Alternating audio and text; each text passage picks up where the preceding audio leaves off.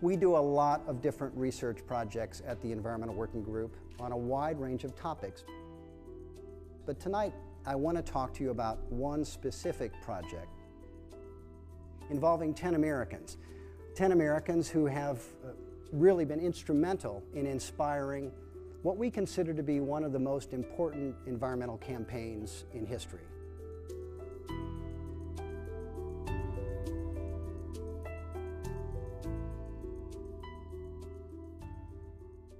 One day, we collected a sample of blood from each of these 10 Americans, and we sent it to a laboratory to analyze it for 413 different toxic chemical pollutants, pesticides and industrial chemicals alike. Of course, scientists have been studying pollution in air, and water, and land for decades.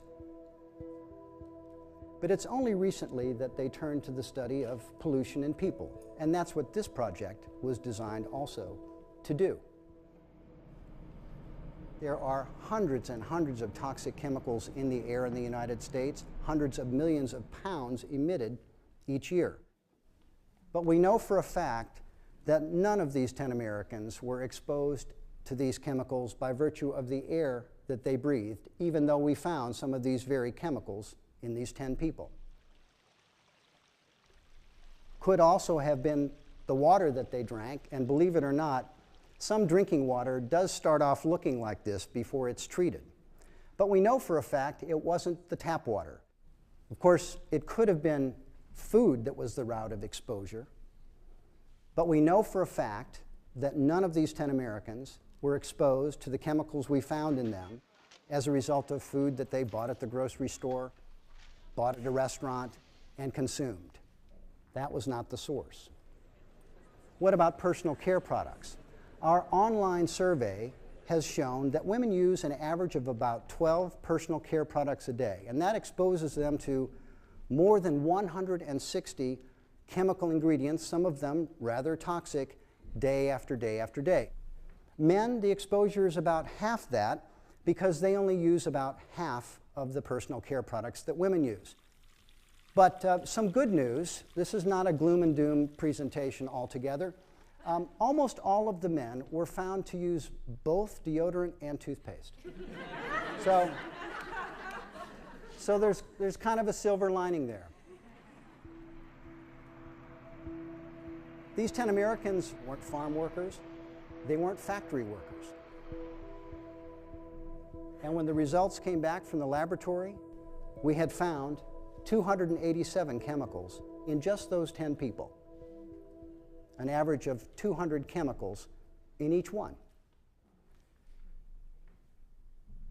When you look at the chemicals by category, it's kind of astonishing. 28 different waste byproducts, dioxins, furans, things that come out of incinerators, smokestacks. 47 different consumer product ingredients, the flame retardants in these lights and this projector, Teflon chemicals, Scotchgard chemicals, pesticides. But for my money, most disturbing of all, we found 212 industrial chemicals and pesticide breakdown products that had been banned 30 years before we took those blood samples and sent them to the lab in 2004. Who were these 10 Americans? How were they exposed? Well, the truth of the matter is we don't really know very much about these 10 people. About the only thing we know is that as the exposures took place, all of them looked something like this.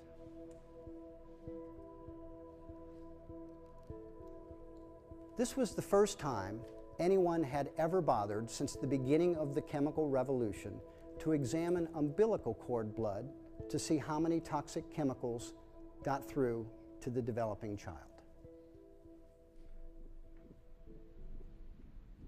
Here's another view. This baby is receiving about 300 quarts of blood circulating to him from the mother every day. The nutrients that are allowing the baby to grow, the oxygen that's allowing the baby to breathe. This baby, like all babies at that age, does not have a blood-brain barrier. That means that the tissues of the brain, the cells of the brain, are not protected as they will be in later life, just a few months from now, really, to protect him from the chemicals that would pass into those tissues and those cells. So this baby arguably has been at his most vulnerable for 9 months at this stage. And the other thing to know about this baby, this is my baby. This is Callahan Cook, my son, who was born a year ago.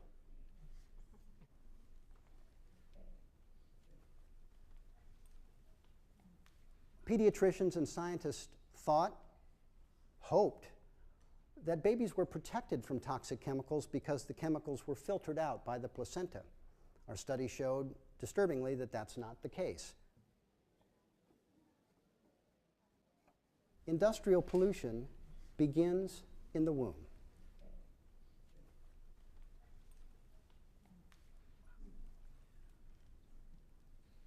Obviously, this is a heavy message.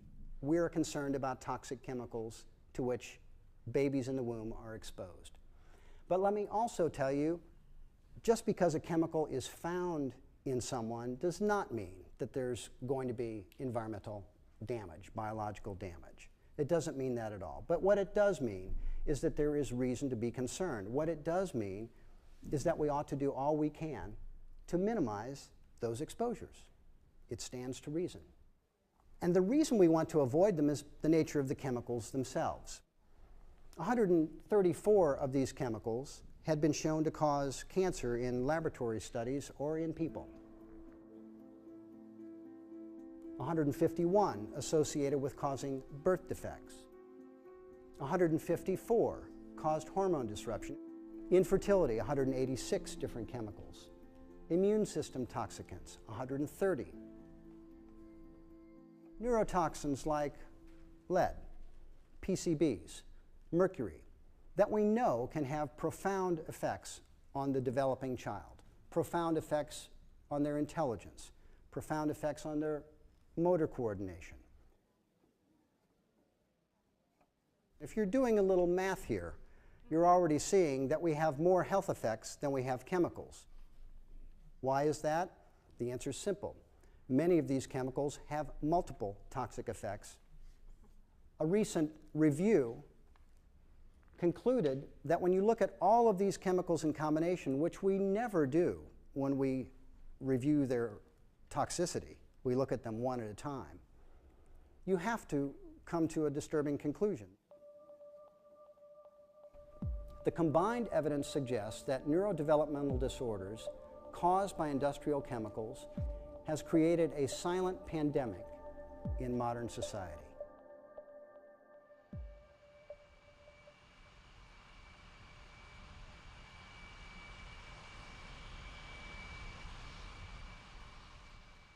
So what does the chemical industry say? That there's no reason to worry. Why? Because the chemicals are safe. Because the doses are so low. Parts per billion.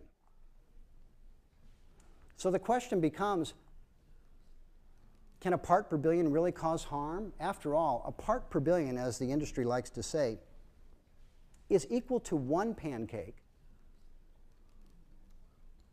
in a stack of pancakes 4,000 miles high. This is an actual picture that the industry took of that stack of pancakes after they stacked them 4,000 miles. They have more money than we do, but we have this cool slideshow. One pancake in a stack 4,000 miles high. What could possibly have any impact at such a low concentration? Let's look at some chemicals that we know more about because we're exposed to them every day in advertising, and we, in many cases, use them. Albuterol, this is a chemical that's in the desk of every school nurse because one dose of it at 2.1 parts per billion will stop an asthma attack. Paxil, a common antidepressant, one dose in the blood, active at 30 parts per billion. Cialis, One dose, which can have profound therapeutic effects. 30 parts per billion, and it's good for 36 hours. And then there's NuvaRing, which is a commonly prescribed birth control drug. It is active at 0.035 parts per billion. Less than 4/100ths of a pancake in a stack of pancakes 4,000 miles high, and it's almost 100% effective. Now, some people are more sensitive than others.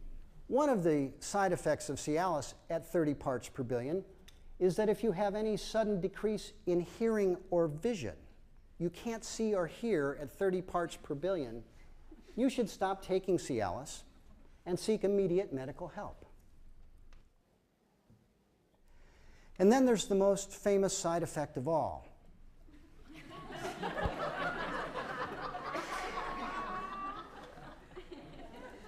And my question about this side effect is really very simple.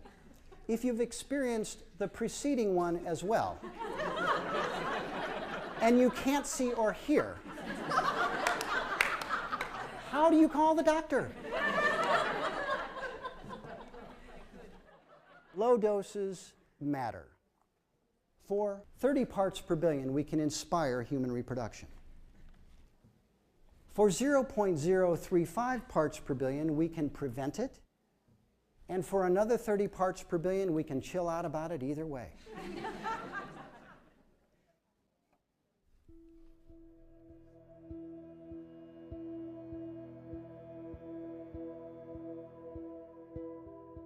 The exposures happen. Industry is allowed to sell these chemicals, use them in the marketplace, and we have to wonder, after decades of these exposures, what the problems that they're causing might just be. There are increases in diseases, disorders, health problems that we cannot explain by genetics alone. We're not evolving so quickly that these problems can be explained. An 84% increase in acute lymphocytic leukemia in children between 1975 and 2002. Hypospadias has doubled over roughly that same period. This is a birth defect, a deformation of the penis, where the urethra doesn't come out at the end, but somewhere else along the shaft, and it requires surgery often within days or months of birth. That now affects 1 out of 125 baby boys in the United States. Chemicals are implicated. A 57% increase in childhood brain cancer. Autism, the great mystery, the great tragedy. 1 in 150 children on the autism spectrum disorder, 1 in 150 children. In some states where we have more robust data, it's approaching 1%. It's not just the kids, it's adults too. Millions of couples struggle with getting pregnant or carrying a pregnancy to full term. A dramatic increase of 20% in those problems in the past decade. The biggest increase has been with women of childbearing age under 25 years old. Decreased sperm count in men, about 1% per year in the United States and Northern Europe. Breast cancer. Does anyone here not know a person, a family that has been touched by this disease now? 1 in 8 women. And for all cancers, 1 in 3 women will develop them during their lifetime, and half of all men. So what can you do? All these chemicals, all these exposures. Well, one thing we know for certain, you can't live under a rock. You can't avoid modern life. You can't escape. You can't escape all of these exposures. Would you like to see that again? We can't avoid these exposures. We live in the real world, and we're not proposing for 1 minute that we try and live anywhere else, but we need to fix that real world, and we can do it. Chemicals are showing up on the front page of newspapers for the same reason that they're showing up in babies. A very weak law that was passed a long time ago and has never since been modernized. It's the Toxic Substances Control Act, and my message to you tonight is we need to fix this thing. The Toxic Substances Control Act grandfathered in 62,000 industrial chemicals in 1976 and presumed that they were safe. The law does not require any health or safety studies before a new chemical is allowed onto the market. None.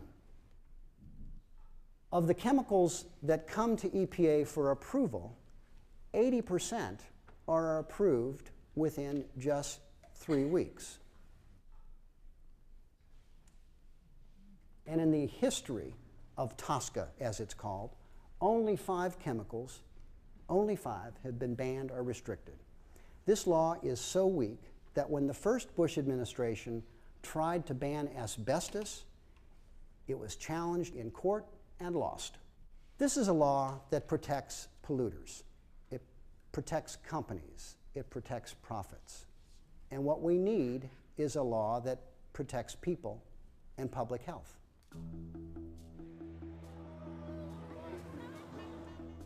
It's a tall order, but we've made big changes before.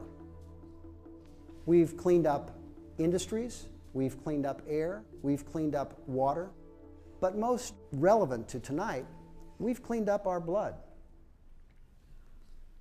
Lead. When we took the lead out of gasoline, look what happened to blood lead levels in the US population. They plummeted. We still have a problem with lead poisoning in inner cities, in older housing, particularly low-income housing.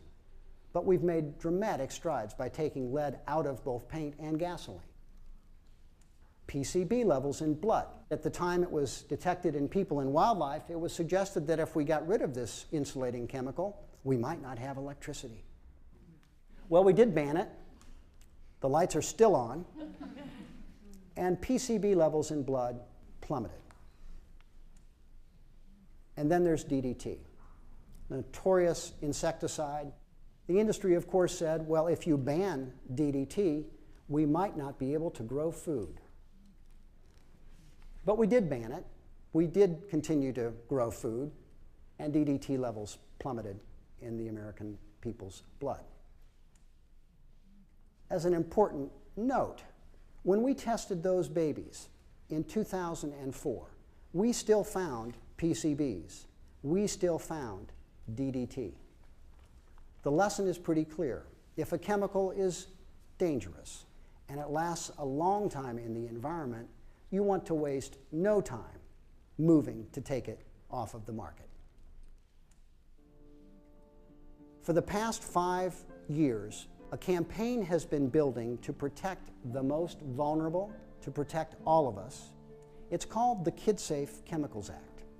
And here's what this law, in summary, would do if it got on the books, and we want it on the books.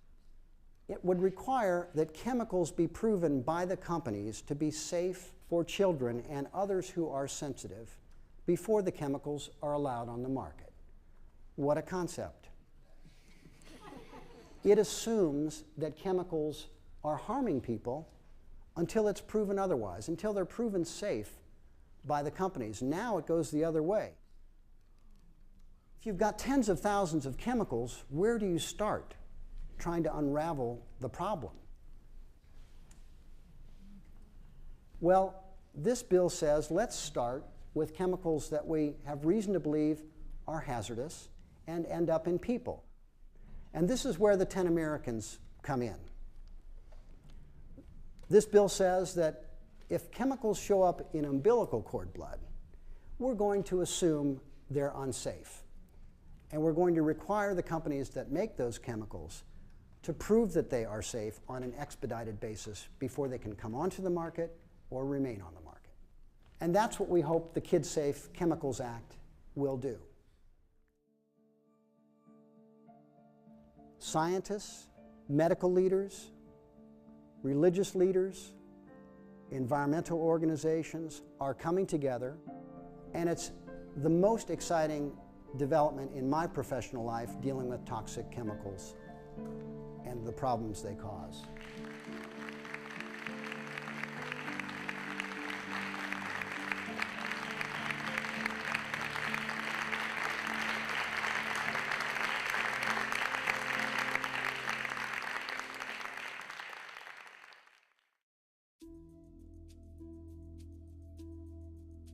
This is another image of my baby, Callahan Cook.